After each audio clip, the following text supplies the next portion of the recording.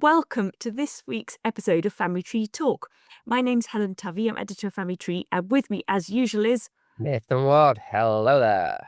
Hi, Nathan. So, before we find out what you've been doing in your family history recently, we've had a lovely email from a podcast listener, and I just absolutely love it when we get an email from a podcast listener because we never know whether we're just talking to ourselves. So, it's always great to hear that someone is listening.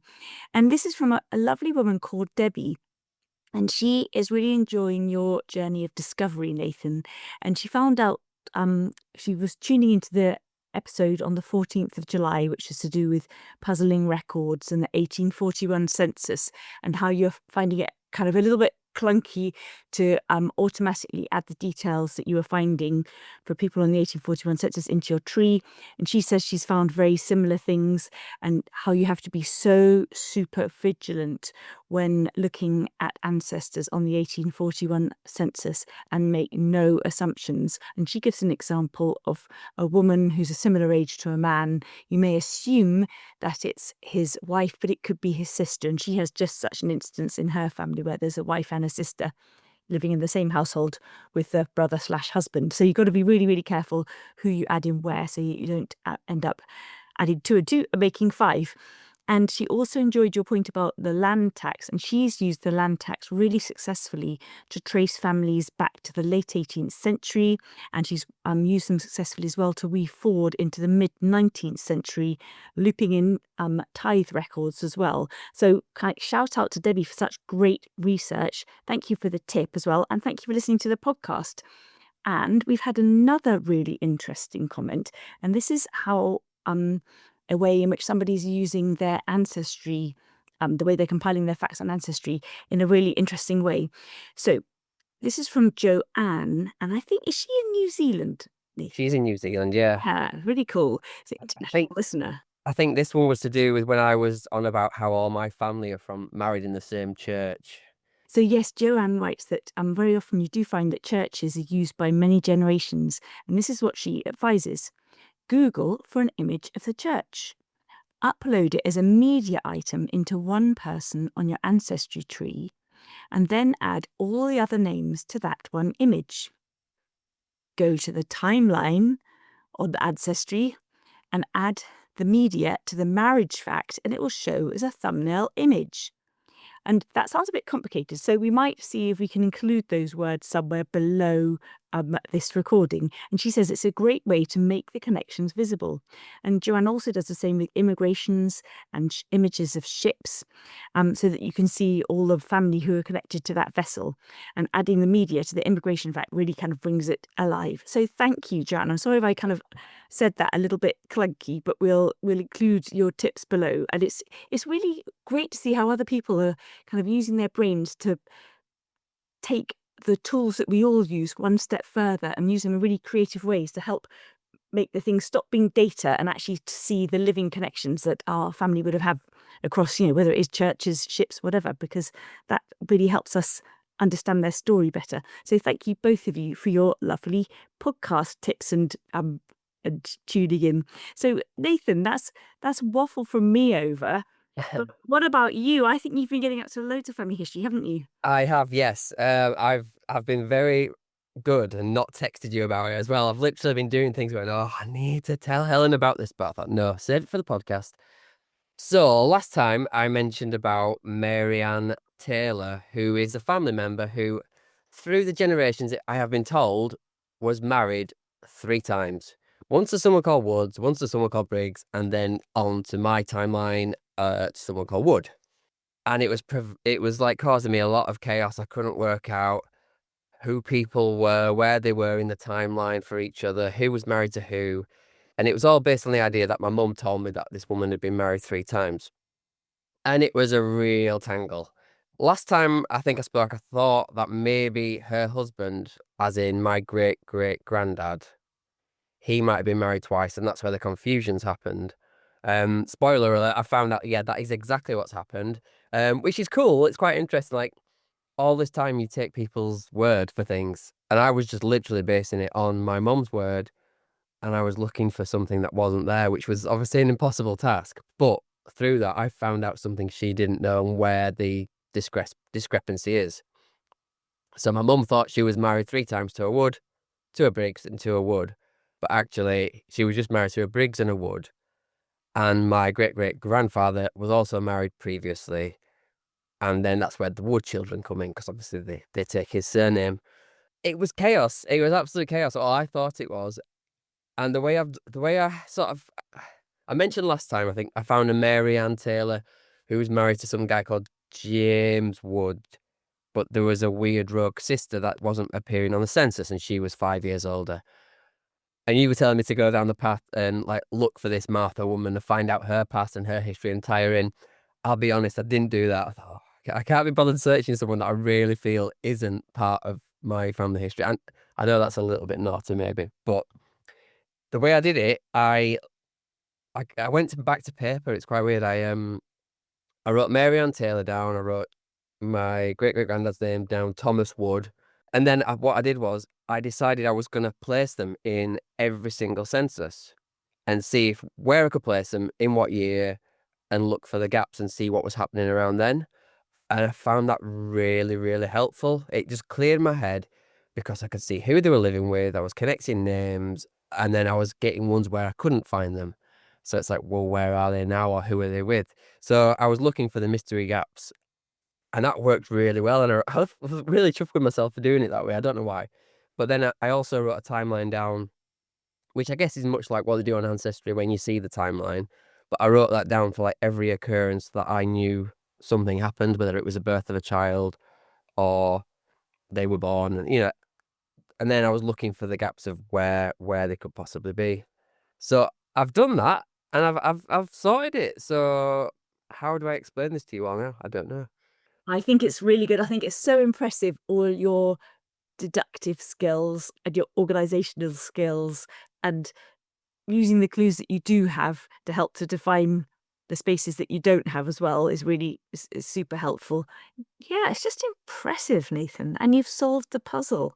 Thank you. Well, I've solved most of it. Obviously, I've found myself a couple of extra rabbit holes to go down, and I have a couple more mysteries that I need to sort out. But I was quite chuffed with myself. Like I felt like a little researcher with a little notepad, making these like census notes and then making my timeline and doing a bit of deduction. It was like I can't remember which census it was. Oh, do you know what? I can remember which census it was. On the 1881 census, I found my Mary Ann Briggs, and I wasn't 100% sure it was her. But that was like the first occurrence I found of her being married to someone called Briggs, and then a list of children, maybe, or one child. And so from that point, I thought, right, I need to find like the marriage certificate and find out what she was called beforehand. Because at this point, I was still looking for this Wood connection. So I was thinking maybe Thomas Briggs married Mary Ann Wood, or he married Mary Ann Taylor. And so I was looking for the Mary Ann Taylor and Mary Ann Wood, trying to find a marriage for them. Couldn't find it anywhere. It wasn't happening. And it's such a small thing, and it's probably really obvious, but I then switched my search and I searched for marriages for Thomas Briggs.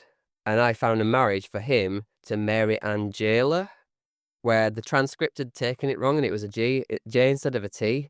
And it's such a small thing, but obviously it threw out all my searches for Mary Ann Taylor because it wasn't picking it up because of the J. So I was really chuffed with myself for that, because when it came through, I was like, oh, it's obviously her. It's obviously a T. Check the document, and then it's obviously got the parents on there as well. Everything matched up. So boom, put it on my tree. Happy with that. So that was really cool. It felt like I'd got through a little bit of a mini brick wall. And that is, you did as well. And people often say kind of one of the key techniques for smashing through a brick wall is to stop trying to smash through it. So when you're persistently searching for Mary Ann Taylor, for instance, and you can't find her in a marriage anywhere, that if you persisted with that, that's a kind of the equivalent to kind of smashing your head against a brick wall, isn't it? Whereas you thought, right, how can I get round this brick wall? And that was by searching on the spouse. So searching on Mr. Briggs instead. And then once you did that, you managed to solve your problem. So that's a really good tip to all of us. And sometimes you can be searching, change, so you search predominantly on the spouse's name, or if you're trying to find one of your ancestors and you can't find them, the kind of really popular tip is to go and search for one of their siblings, particularly if you've got a sibling with a more unusual name. That's really helpful if you've got a really common surname. So it's really good. Like what you're doing is just, I mean, you just don't need me anymore, Nathan. You just know what you're doing. Turn up and just listen to you. But it's great. It's really exciting to hear what you're doing. And also, because I'm such a nosy person, I'm intrigued that you're using a pencil and paper. So I do like pencil and paper as well. But what did you find about, was it just less faff, less screen juggling? What made you turn to pen and paper? I think it was, yeah, it was less screen juggling because, like I said, the Ancestry does give you the timeline if you do the events thing, but I wanted to do that, but I wanted to write it down just so I was clearly focusing on the dates, because I see all that information. I guess a bit like what we're saying about the churches, that example saying put the image in, it draws your attention. I wasn't paying attention to the dates, and because I had so many children, I didn't know who the father was and to what relationship and who the mother was. I needed to put it in such a chronological order that I could then place who the parent was. And then because I was doing the census, I had literally on my sheet of paper, top right hand corner, I've wrote each census name down, and then I put who they were living with and what age they were. So I was seeing, obviously it should be 10 years older if it's correct, and they all were 10 years older, and then it just sort of shifted as to who they were living with living with the parents and the brothers and sisters, living with husband number one, living with husband number one, living with husband number two, etc. So that it just really helped me. It focused me, so I knew where they were on the censuses, and then I could just see at a glance where they were and who they were. And then it just gave, I don't know, it was easier because all of the information was in one place at a glance, and then I knew that I needed to just double check on a marriage certificate or a birth certificate, or let's make sure that this child is associated with this person. It felt easier on paper. So I did these big lists, and then on the flip side of those lists, I just literally wrote the questions that I suddenly needed to ask myself, like, like, oh, which documents do I need to find? Do I need to find a death certificate? Do I need a birth certificate? Who's this lodger? Things like that. Mm, mm, There was just a lot of information, I think, because I was dealing with three different people, well, four in the end, because of Thomas Wood's first wife. I was dealing with four people, and probably about, I don't know, 12 or 13 children. So there was a lot of people, and then there was also parents and grandparents that kept appearing on the census, then lodgers, then children having wives living with them as well, and then adopted children. So suddenly there's so much to go into. It was a lot, and I thought, if I have this on tabs, I'm gonna lose which tab's which, who I'm looking at. mhm, It just made so much more sense to just put it all on paper. mhm. Plus, it made me feel like a researcher, like proper, old school. Yes. So I think you need to somehow keep those paper notes safe. And people always go, oh, whether you should go totally paper free and just be digital, or whether you just totally love paper. That's been kind of the debate over the last few decades with family history. And realistically, probably most of us are a little bit of a mixture of all of it, and use the things, pick and choose which suits our purpose and where we're researching. If you're in an archive or on the train or whatever's most handy, if you can or can't get a connection. So, Nathan, I am super impressed by what you've done. I'm going to ask you a question though, and I don't want you to feel put on the spot. Just think of it as if you're getting fit and you've done brilliantly, and you've been doing loads of cardio, and now I'm going to throw something else at you and go, have you been having enough protein, or have you been doing some strength, or have you been doing some stretching? So I'm just going to, there's one more thing, which you may already be doing, but you might not be doing. Are you happy for me to ask you? I'm terrified, but go for it. Okay, so what you've been doing is pretty complex, and you've been having to do loads of deductive work, and you've been having to analyze and weigh up lots and lots of pieces of evidence, and then you've been drawing conclusions from what you've been finding out, and you've come up with your answer. Boom, you know what's happened. But have you written a summary of what you've had to weigh up, why you think what you think, so that in 1 week, 2 months' time, you know why you think what you thought? Yes, ish.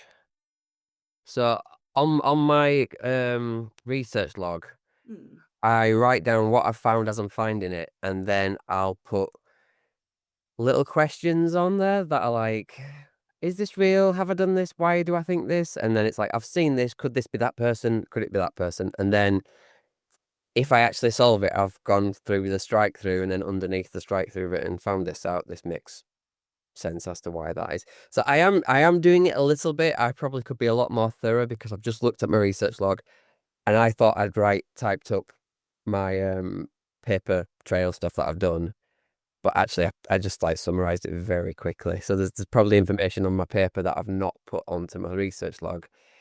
But I think, I mean, I feel a bit horrible even suggesting it because I'm telling you to do best practice things that, in all honesty, I sometimes do or don't do, and mainly through my whole history life haven't done. But then I'm increasingly trying to get better. And I think probably trying to nag at you to do it will make me do it better as well because I'll feel really guilty making you do something that I'm not doing myself. And I think we might have mentioned it before, the genealogical proof standard. Did we mention that in the past? So, We have yeah, we have. ages ago. Refresh my Yeah. brain. Yeah. So that could be really, really helpful for you to take a look at and really just to fine tune the way in which you're kind of drawing those final threads together and writing out your summary. And so anybody can find it. You just Google genealogical proof standard, and it's a 5-step plan. And why it's helpful is because in the moment, like Nathan, you know exactly what you've researched, but as time passes, it could be, if we don't write a summary of of our conclusions and argue why we thought what we think and why we were ruling out potentially some other bits of uh, information which look potentially promising. So why, if we don't write an argued conclusion, then in time to come, we can wonder why we can lose confidence or certainty about what we found. So if you write out that little summary, then you will not be putting yourself in that position. So in the long run, it gives you calmness and confidence to keep building on what you've already done. Yeah.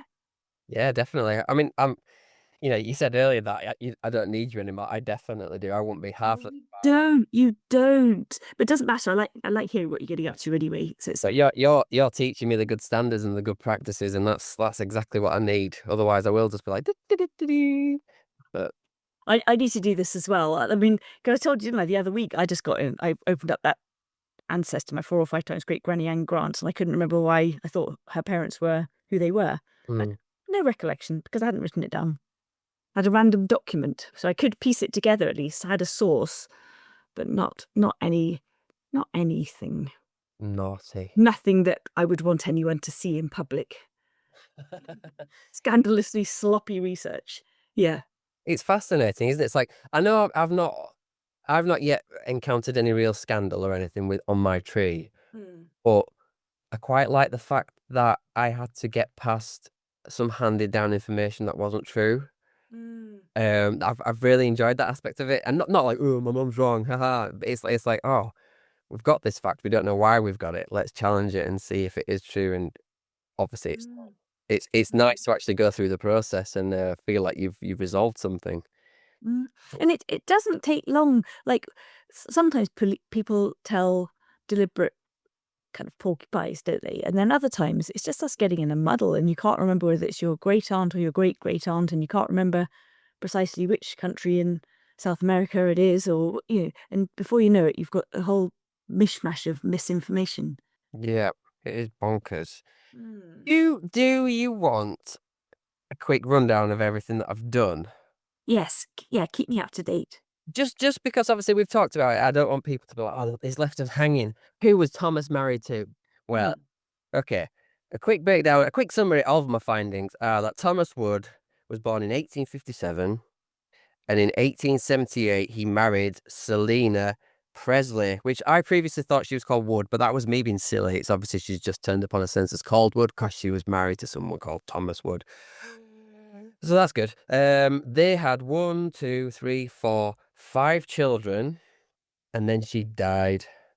I had to order. I was GRO massive. I ordered 3 death certificates and 1 birth certificate. I was quite proud of myself for doing that, but obviously then I was like, I'm spending money willy nilly here. So she died of I can't remember, TB, I think it was. Mm-hmm. So I had someone die of TB, someone die of a rare skin disease that makes your skin inflame, and something else. That was Thomas Briggs. He died of a weird skin disorder that obviously went dodgy, and Thomas Wood died of cardiac arrest. Anyway, so because I was trying to place them in timeline, I wanted the death certificates of the partners because I didn't know whether it was death or divorce or death in childbirth, etc. So I was looking for clues for that. So I got Selena's death certificate. So found out when she died, and then Thomas goes on to marry Mary Ann Briggs, who her husband died in 1890, and they had one, two, three, four children together. And then that's obviously where my great granddad comes in, and they get married, and then they have two children. It's all quite straightforward when you put it together. Well, it is now, Mm. but it's cool. I do have a few weird question marks though. Not weird question marks. I've got Mary Ann Taylor, or Mary Ann Wood, sort of becomes the head of the house. So my great granddad died in, oh, I can't find his death date now, 1910. So she became the head of the house, did Mary Ann Wood, and she literally had the children living with her, and then some of the adopted children. Well, it said adopted, so I don't know whether they did adopt or whether they've just written that on the census from the previous marriage. But like one of the children living with her with his wife, which I thought was quite interesting. But then there's also this kid called Hector. I've written his name down on my little sheet. There's a child called, no, sorry, not Hector, Herbert Ryder, who was adopted into the family. And I don't know whether that's this lad called Priestley Wood, is he one of my I can't even know. I don't know what relation name he is. Anyway, he's one of the children of the three marriages. And I think it must have been his wife's previous relationship, the child from that, which I've not researched. But then I'm like, I'm interested because Herbert Ryder's a really cool name. But I'm like, I need to find out who this child is, whether he was just literally adopted or whether it is from his wife's former relationship. And that does feel like a real rabbit hole. It's like, seems a bit tangential. It's well off the path of anything I'm actually doing. But he appeared in the census. I'm like, oh, I'm interested on that. Definitely. And so it doesn't really matter which census you're talking about. So in England and Wales, then I think it was 1927 or 1928 when formal adoption records came in. I Anything prior to that isn't formal adoption. It's much more ad hoc. And so it's really interesting that they've written adopted because quite often they don't flag it up on anything like the census. And so you'll have stepchildren, half children, and foster children, and effectively adopted children in the family, and you don't have any warning that you're looking at a different familial setup. Whereas these census records that you've got are showing adopted, which I think that's interesting that they're labeling it so clearly. It was that was on the 1921 census. Right.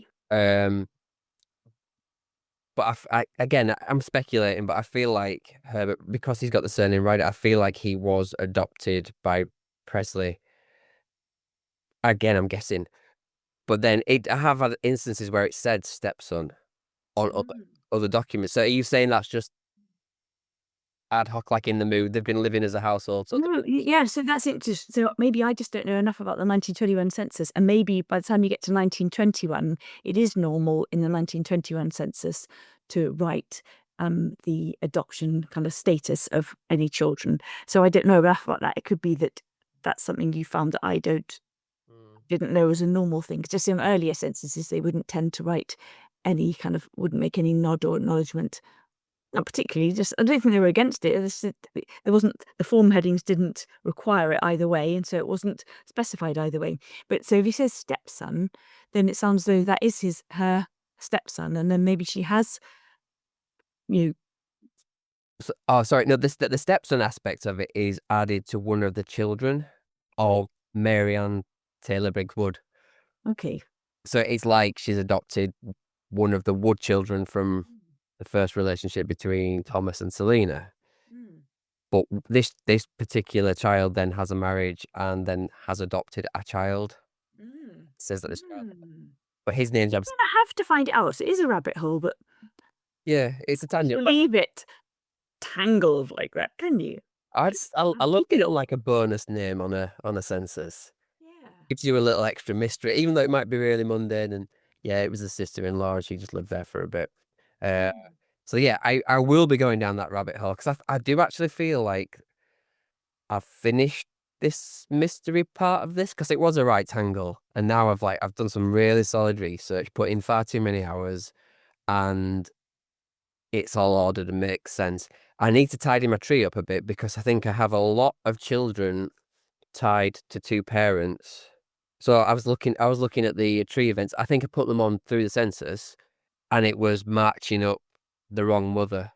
Mm, So I think I've got instances where they are tied to two mothers, and it'll say biological in if you go to the edit it, it's mm, mm, biological and then another one. So I need to go in and mm, remove that aspect of it because it is confusing, and I want it mm, as tidy as possible. mm, I do have one mystery that's come up.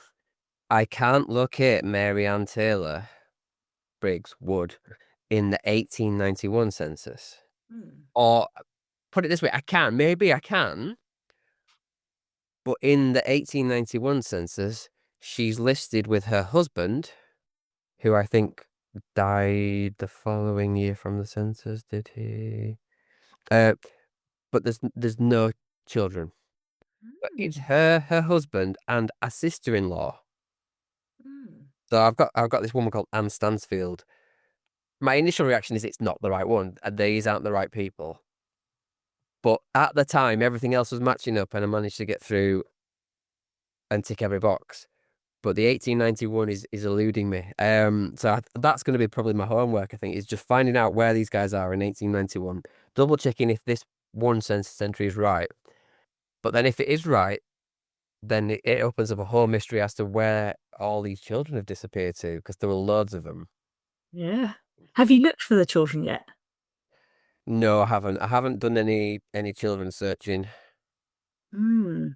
So that's your thing then, isn't it? To look for the children, and then potentially once you've looked for the children, hopefully you find the children. Hopefully you find the children without their parents, because then that would add validity to Mary Ann and her husband that you found with the sister-in-law. Hmm. Yeah. And then I think you need to put both the locations on a map. Just because is it going to tell you anything? Like, how far apart have they traveled? Yeah. Is the sister-in-law they're living with, is she on her deathbed and they've gone to pay her a deathbed visit or something? Mm. Happened to stay census night, and then the sister-in-law dies very shortly afterwards or something. I don't know. Yeah. Was there a big trade event and they had to go and um, exhibit nearby? I don't know. I'm making this up, but I think there'll be a reason why they're not all in the same house. Yeah, it was just interesting because obviously after finding the Mary Ann Jailer thing, the error on the transcript, everything sort of started to slot into place quite easily then, and obviously writing them down was the answer. But the 1891, I've just got question marks on every single page where I'm like, I can't find them here, I can't find them here. I will have to find it, won't I? Just Mm. just for completionist. Oh, you're gonna have to find it. And also because partly completionist and partly the story factor. Yeah, definitely. Because you don't want to miss out on a potentially interesting situation. Yeah. It's so funny, like getting into like researcher's head, isn't it? Like the potential sister-in-law, instantly I'm like, I'm gonna have to research Thomas Briggs now and find out about his family. And he's obviously not tied to my tree other than Mm. previous marriage. But I'm Yeah. expanding this tree in such a weird way. Mm. It's fascinating to think, With all the research that you've done, you definitely sound as though you've potentially spent a lot more time than many of us would have spent on piecing together this branch of your tree and untangling it and everything. So have you had a look for these people that you're searching in other people's trees to see what they make of the facts that they found? Or no, I haven't done that. just nosy what other people have made of it all? Yeah. Do you know what? I'm lying to you. I must have done that because I saw Thomas Wood married to Selena, and it was in someone else's tree, but they didn't have a surname for her. They couldn't find the surname. Mm, So I was like, okay, this could be linked, but I didn't know why they didn't have the surname. mm, And I can't remember how I found the surname, but I ended up, death certificate. I ordered the death certificate, I think. And then I managed to trace that back and then order the birth certificate. So that's where I found her surname from. mm. Yeah, it's cool, isn't it? It's just really It's good fun. really cool. You can't quite quantify why it is so enjoyable, but it's like finding this little thread and then you're following it and untangling it. And I literally was sat for hours. It was stupid how long I was sat doing it. Forgot to eat, and I'm just like, oh man, I need to get further back and find these people and untangle it all. And then you find one little bit that just really excites you. Like this is the missing information. And then obviously I have to go ring my mum and tell her that it wasn't Wood Briggs Wood. It was great. It's really funny. It is, I don't know why it's so addictive. It's partly puzzle solving, partly story telling. And you don't want to prove anyone wrong with any family stories that have come down, but you do also want to get it right. Mm. I mean, there still was a Wood Briggs Wood aspect to it.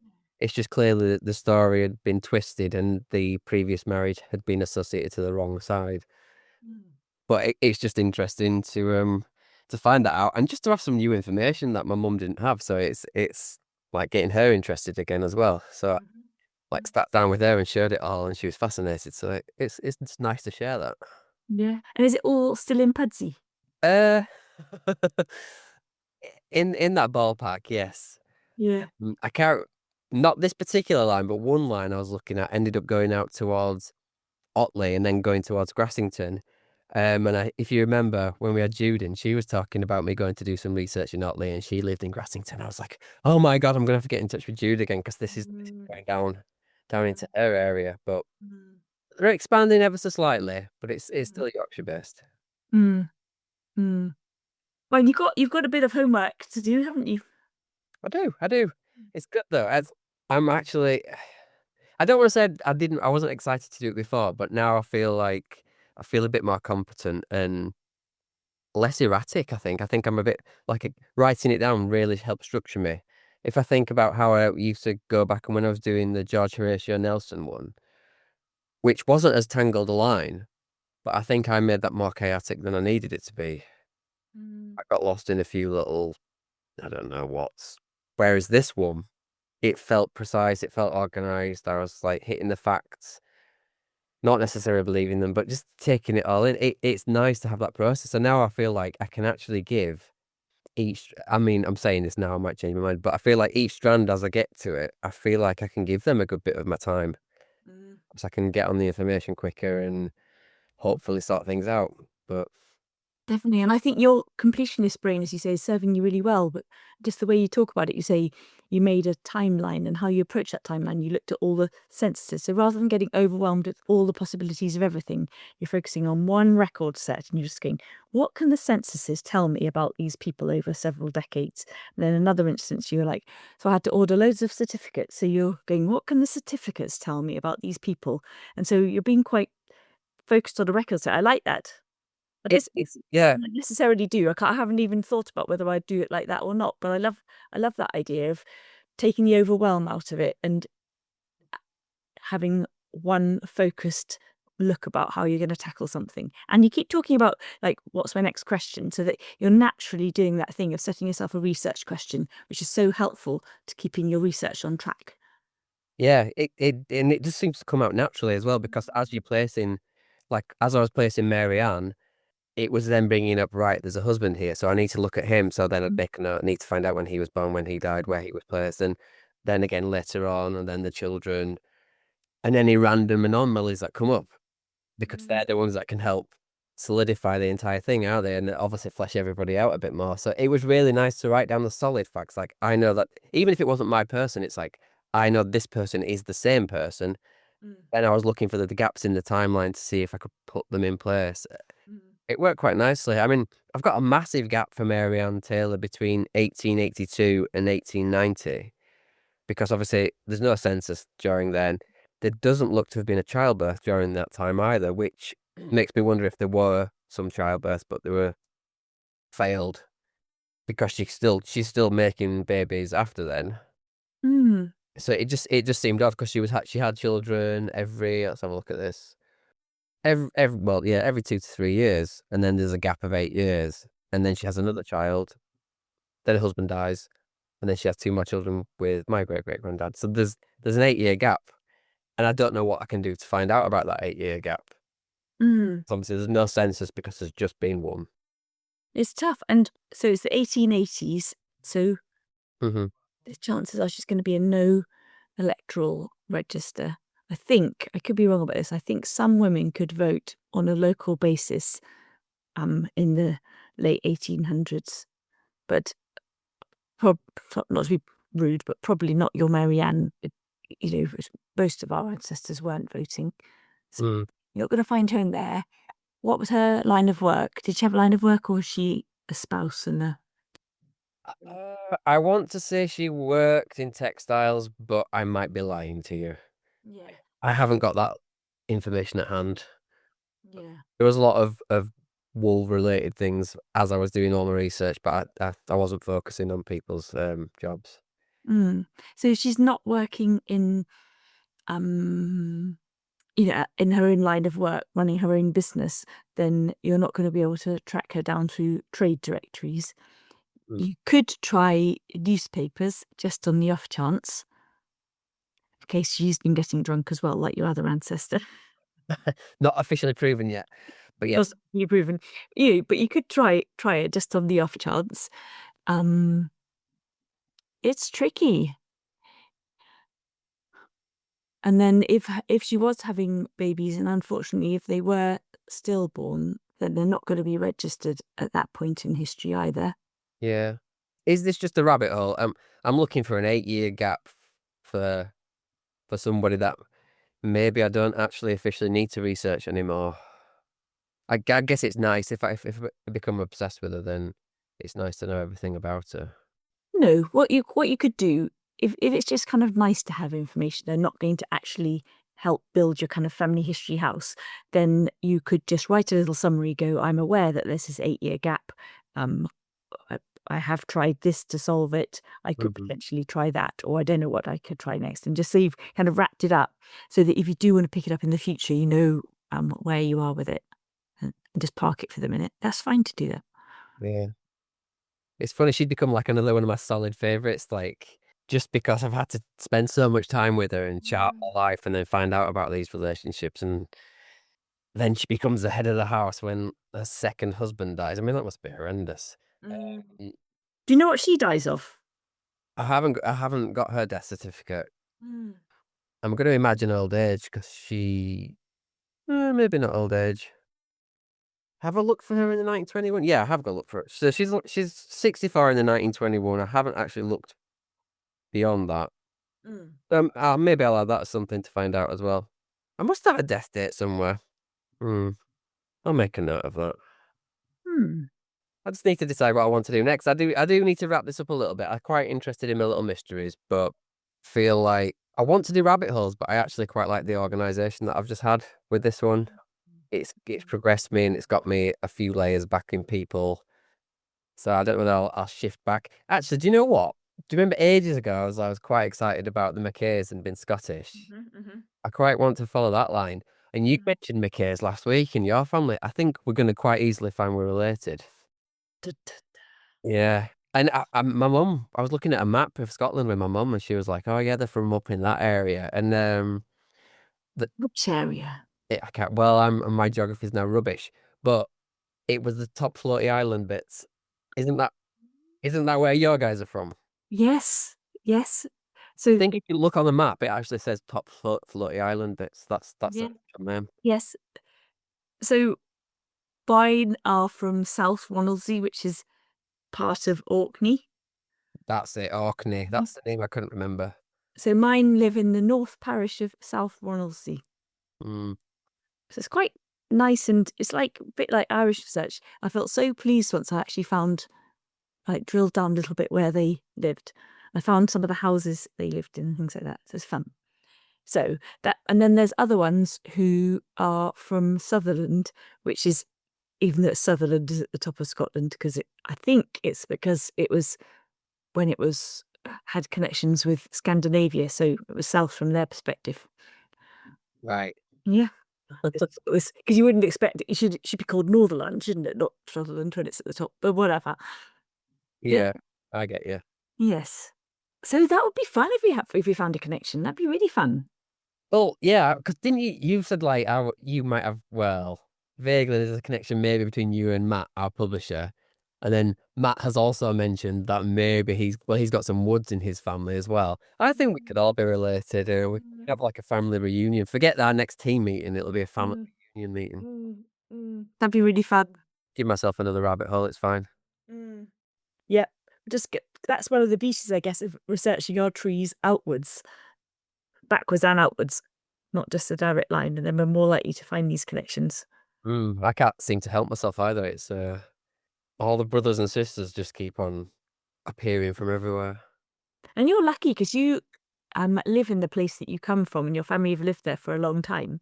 So in your running club or other things like that, you're going to be related to some of those people. Yeah, that's weird though. That actually freaks me out a little bit. Well, only it's only distantly related. It's not going to be any kind of consanguinity issue that if you fancied any of them, that would be a problem. It'll be fine. Yeah. I do keep on getting names appearing where I'm like, oh, I know somebody with that surname, and oh, I know someone with that surname. But obviously, they are local names, so Mm. yeah, there will obviously be some natural crossover at some point. Mm. Mm. Terrifying. Mm. Funny though. Yeah, I'll start calling everybody my cousin.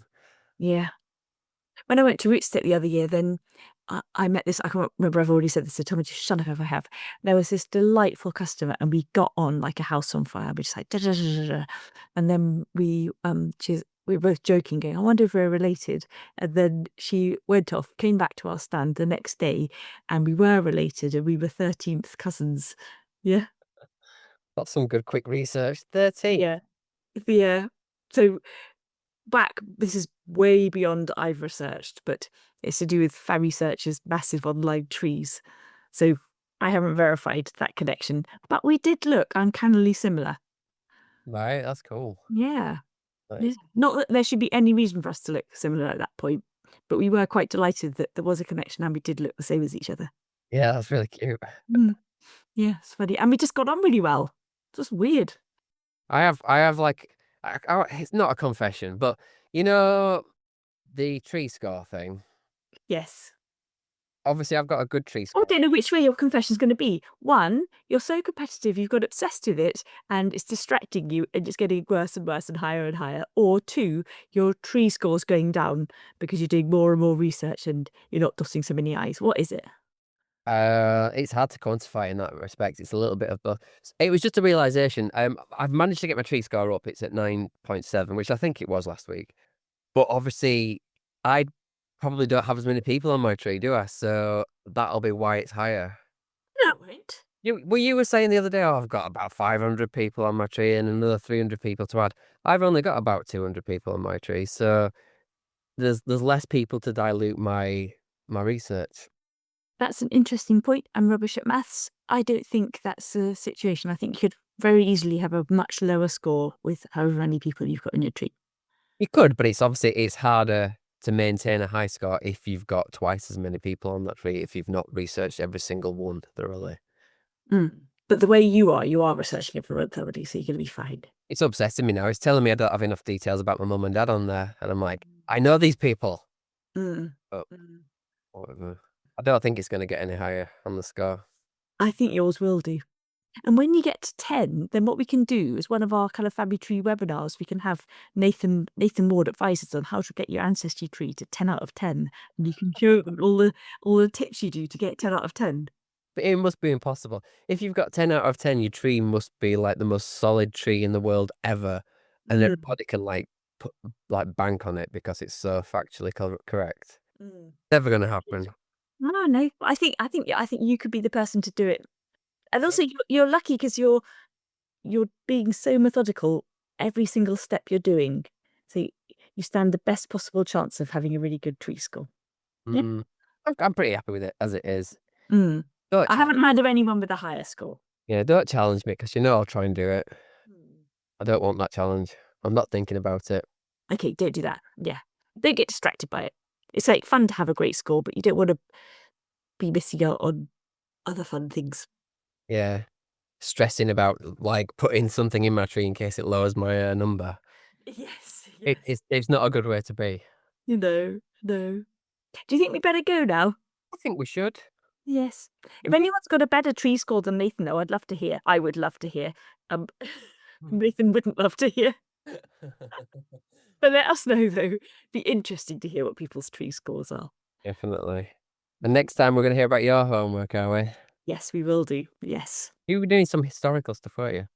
Yes, I have been getting a little bit distracted by things as normal. Yes. I'm going to do some proper, like you reminded me just there, of the people I still need to add into my tree from my project I started back in 2020. So I need to really add them in. Yeah, Yeah. I'll be good. So that will be so what I'll do is I'll find out how many people are on my tree, and then I will have improved that amount, and I will report on this at the next episode of the podcast. Is this your pledge? That's my pledge. I'm all about the pledge. Yeah, Nice. I'm writing it down. Okay, it's happening. Okay, and you've got your homework? Yeah, I'm keeping it light. I'm gonna, well, I say light. I'm gonna do the 1891. Find out where Mary Ann is on there. It's a weird one. This is a rabbit hole because I feel like I could move on from them, but Hmm. that- I'm interested, so I'll do it. I'll round it up. See if I've answered all the questions that I've asked myself. Maybe look into this Herbert Rider as well, just to see where he sits. The adopted child. Mm-hmm. That'll be it, and then I'll move on to someone else. Maybe my Scottish people, because then I think that might open some more interesting documents that I've not seen before. If I can get out of Leeds, or Yeah, that sounds really good. I like the idea of this Scottish research. Brilliant. If you want to find out about lovely tips on how to do family history in the meantime, in between our podcasts, then do sign up to our free e-newsletter. And it is www.family-tree.co.uk/newsletter _sign-up. So it's nice and easy. It's free. We don't email that often, and it's always packed with family history and nothing else.